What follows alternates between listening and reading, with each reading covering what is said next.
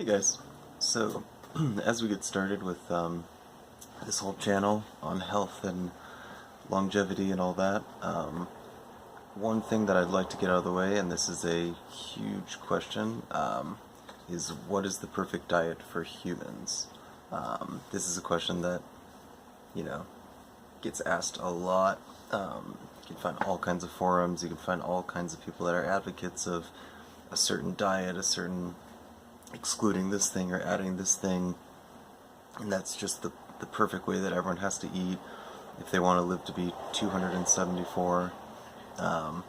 It's this is a pretty passionate topic for a lot of people, and a lot of times the passion and the emotion associated with, a lot of times finding a diet that truly does work for you can kind of get in the way of some of the objective things, scientific things that we know about what the answer to this question would be.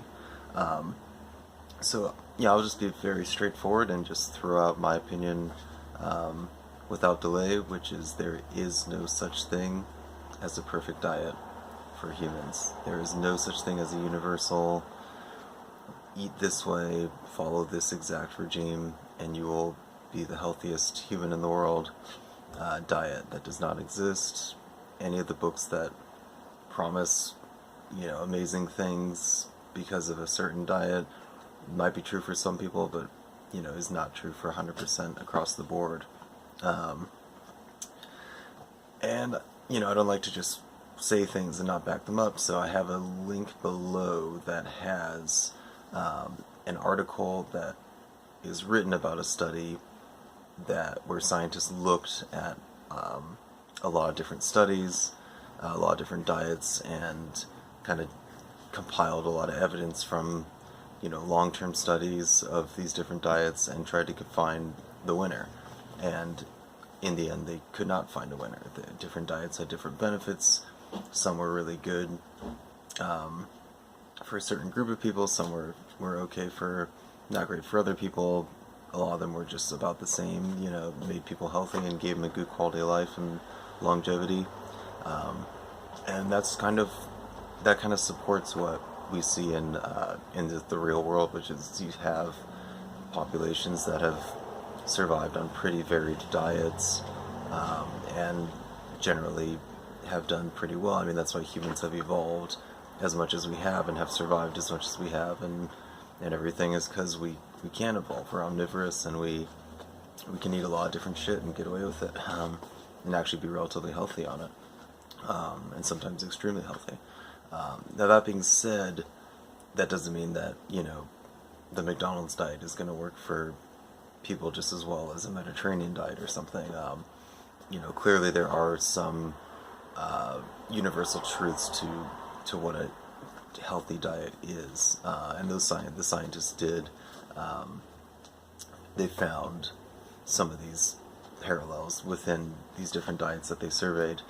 Before I get to that, I'll just say that the article that I linked to is a good source for just getting an overview of it, but if you really want to dig deep into it, follow another link that I'll put underneath that, which is the actual study itself. And it's really well laid out. It's not written with a bunch of jargon or anything. It's well laid out. There's actually like a table of contents. You can click on different diets and it'll take you down to that section. It's a really good way to get kind of a nice overview of what different diets look like, and what their opinion is on it. I will say that I just kind of went and read a few of them, read the intro and the end, and read their little carbohydrate section, and there was some misconceptions I think that they had about those diets, but also valid points where they said that if certain diets are worse if you do it wrong, which I agree with. If you do a low carbohydrate ketogenic diet wrong, if you do it poorly and you don't do your research, that can be a lot worse than if you're just kind of flailing around in the vegetarian Mediterranean diet kind of thing, and you're like, no, I'm not following my macros, I don't really know exactly what I'm supposed to eat. It's much more important to be precise with some of the low carb diets. But anyways, check both of those out. They're really interesting. So some of the universal truths that are should be in every healthy diet is going to be whole unprocessed foods as close to their natural form. So carrot juice is not as good as a carrot. There's a lot of sugar in carrot juice. It still can be healthy every now and then, but a carrot itself has all the fiber and everything. If you take a Slim Jim, is not obviously as good as grass-fed beef, or just beef for that matter. That's, still looks like, flesh. So that's a basic thing. Whole unprocessed foods, mostly plants, is something that some people might disagree with. Some people in certain camps, maybe more the paleo camp, and maybe more the I guess there is like a carnivorous diet where you literally just eat meat. That wasn't on there because it's pretty obscure, but most of what we know and what the evidence points to is that eating mostly plants is the best way you can go about nourishing yourself. And animals are not demonized. I eat meat, I eat lard and butter and everything, but that shouldn't be the base of your diet. And then there's certain things that we need to avoid for a healthy diet, and those would be, just the processed foods, packaged foods with all kinds of weird stuff in it, like white flour, white sugar, high fructose corn syrup, MSG. All that stuff is kind of they're chemical concoctions. A lot of them come from a natural, high fructose corn syrup comes from the corn plant, which corn can be very healthy, especially, more, what's the term I'm looking for? More older. There's a better word for it, but whatever. But yeah, older varieties of corn that are heirloom. That's what I'm looking for. Heirloom varieties of corn, are going to be better than Farmer John's corn or whatever. But you take that and you refine it all the way down to the point where it's just straight sugar right into your bloodstream, high fructose corn syrup. That's going to be a problem for most people. Just like the coca plant is something that you can chew on and get maybe a little bit of a stimulation, just like black tea or coffee. You refine that down and you have cocaine, which is addictive and can kill you. So the other thing is to avoid most healthy diets, and I would say this definitely might not sit well with all people as well, but in general, avoiding demonizing nutrients or worshiping them and singling them out is usually better for most people. Taking, we did that with fat, and that didn't work out very well. We demonized fat. Now maybe we're moving more towards worshiping fat. Now we're demonizing carbs. For some people, myself right now, and I'll talk about this in another video, limiting your carbohydrate intake to a low-carb diet can be super beneficial, but it's not for everybody. And carbs is such a protein is such a general term. There's so many different levels of quality, and of course, if you're eating Wonder Bread all day, you'd be better on a low-carb diet. But if you're healthy and everything's going well and you don't have any conditions you're trying to treat, some lentils and beans and some real sourdough fermented bread and whole wheat, it's not going to kill you. I mean, these are things that people have sustained themselves on for a long time and very healthily. So now what? That's the big question.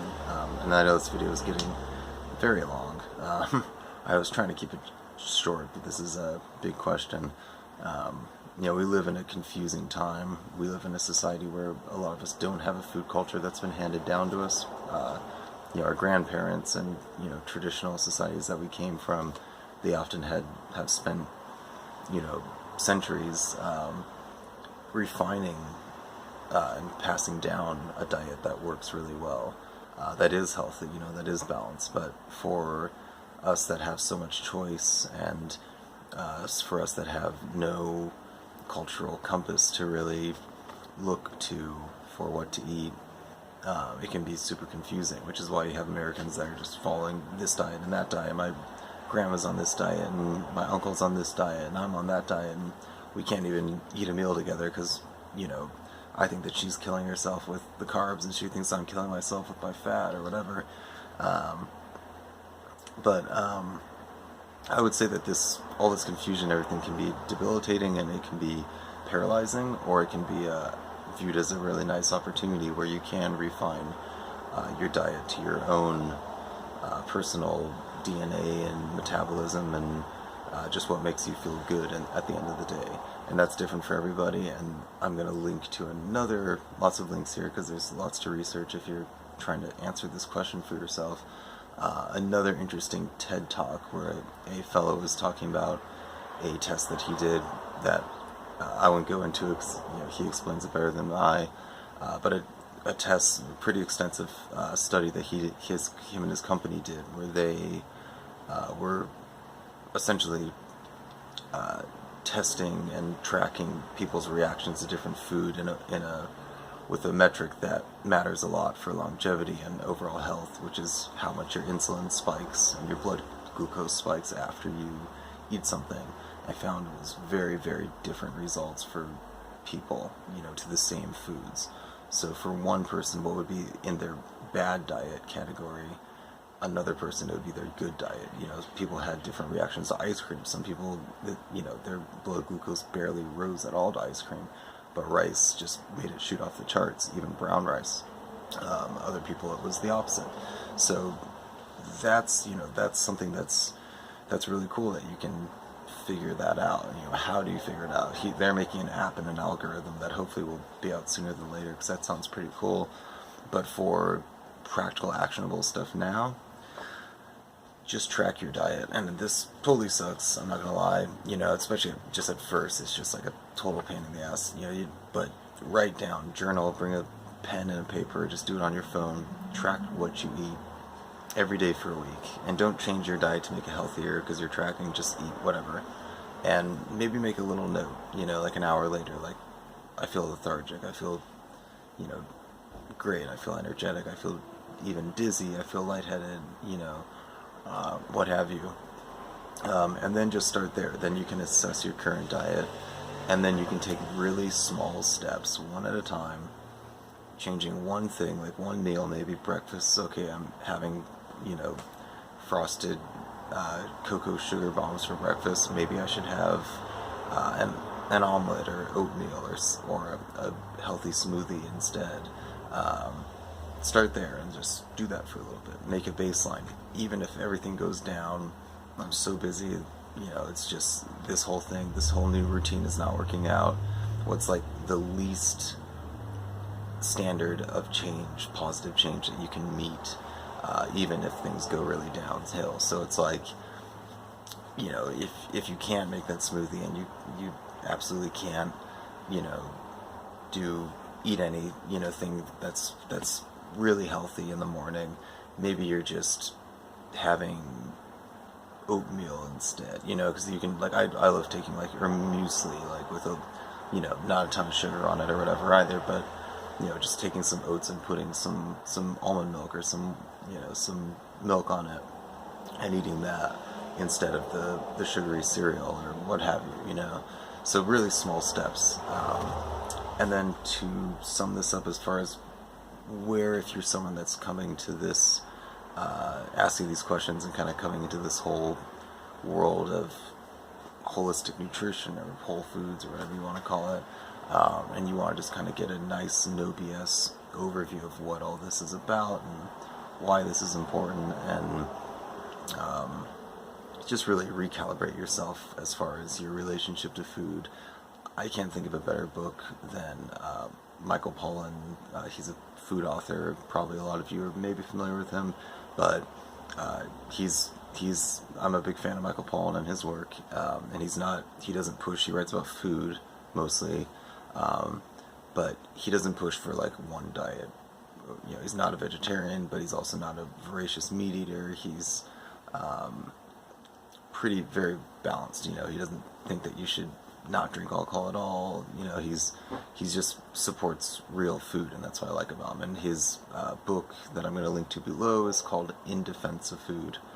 It's one of the books that I read a long time ago that really got me just motivated to start eating more whole foods, and to kind of cut out the sugar and the processed stuff, and to just like enjoy real food. Like it tastes good. You know, you might take a second for your taste buds to transition, but it tastes good. It tastes better because you're actually getting nutrition. Full disclosure, the link below is an affiliate link, so I get a small commission from Amazon if you buy it through my link. It doesn't cost you a penny more. I think I'll probably get a penny if you buy that, because it's pretty cheap. But yeah, it just helps me to keep making these videos, and maybe I can get better equipment at some point and try to get good health information out to you, and all that. So that being said, that's pretty much it. Below there's also a really much longer text that's kind of laying out all of this stuff that I'm saying in a little bit more detail. I went way longer than I wanted to. Sorry about that, but this is a big question. So if you liked the video and you like my perspective, which is non-biased towards any particular diet, and non flashy in your face, this is are the keywords that I'm gonna stuff so that you can find my video about how to do this diet that's gonna change your life. Then definitely like and subscribe to my channel, and I'm gonna keep the videos coming, just regarding straightforward, no BS health advice and info, and mostly that coming from my own experience as I kind of try to find my own perfect diet, track my own diet, and try and refine that all for myself, which can maybe give you some inspiration and some tips on how to do that too, because it can be very confusing. So listen to the science, don't listen to the hype, and follow those links below. Do your own research. This is your body, this is your life, this is your health. Invest in it. So I'll see you guys next time. Adios.